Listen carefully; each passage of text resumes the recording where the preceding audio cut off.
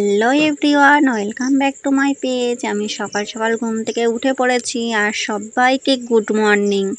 তো আমি ঘুম থেকে উঠেই ব্রাশ করে যে বাসনপত্র সব আমি ধুয়ে নিয়েছি। তারপর এই যে বিছনাটাও তুলে নিলাম। আসলে সকালবেলায় সত্যি বিছনাটা ক্লিন করতে না পারলে, ঘর ঝাড় না দিতে পারলে একদমই ভালো লাগে না। তাই আমিও সকাল সকাল বিছনাটা ক্লিন করে নিলাম। তারপর তোমাদের ভাই কিছু একটা জামা রেখে গেছিলো আর আমার কটা ছিল, সে কটাই এখন কাচবো। তো চলো,